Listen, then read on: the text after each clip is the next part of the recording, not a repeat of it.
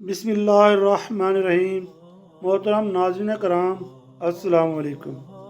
حضرت ابو ہریرہ رضی اللہ عنہ سے روایت کرتے ہیں کہ ایک شخص نے رسول اکرم صلی اللہ علیہ وآلہ وسلم کی خدمت میں شکوہ کیا، اے اللہ کے رسول، میرا ایک پڑوسی ہے جس نے ناک میں دم کر رکھا ہے، اس کی تکلیف سے میں عاجز آ چکا ہوں۔ رسول اکرم صلی اللہ علیہ وآلہ وسلم نے فرمایا، جاؤ اپنے گھر کا سامان نکال کر راستے پر رکھ دو۔ وہ آدمی گیا اور اپنے گھر کا ساز و سامان نکال کر باہر رکھ دیا اور وہیں بیٹھ رہا۔ راہ گزر لوگ اس کے پاس آتے اور پوچھتے، کیا بات ہے، تو گھر سے سامان نکال کر یہاں بیٹھ گیا ہے؟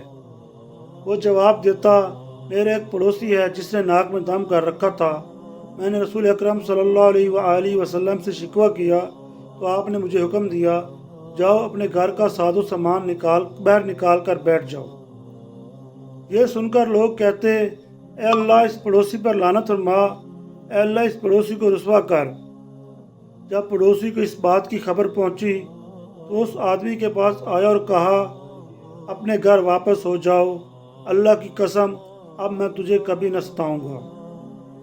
اللہم صلی وسلم وبارک علی سیدنا و حبیبنا محمد وعلی آلہ وصحبہ اجمعین برحمتک یا ارحم الراحمین۔